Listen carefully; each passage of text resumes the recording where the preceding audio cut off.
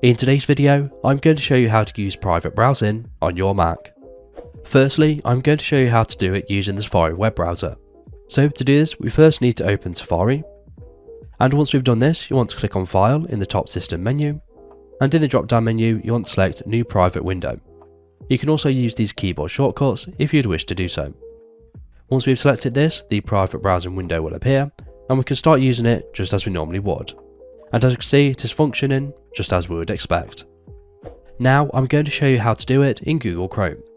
So to do this, we first need to open Google Chrome. And once we've done this, again you want to click on File in the top system menu. And in the drop down menu, you want to select New Incognito Window. And again, you can use these keyboard shortcuts. Alternatively, you want to click on the three dots in the top right hand corner of Google Chrome. And in the drop down menu, you want to select New Incognito Window. Once you've selected this, it will appear. You can go ahead and start using it just as you normally would. And as you can see, it is working just as we would expect it to. And that's it. So if this video is helpful, please leave a like. And if you have any questions or comments, you can leave them below.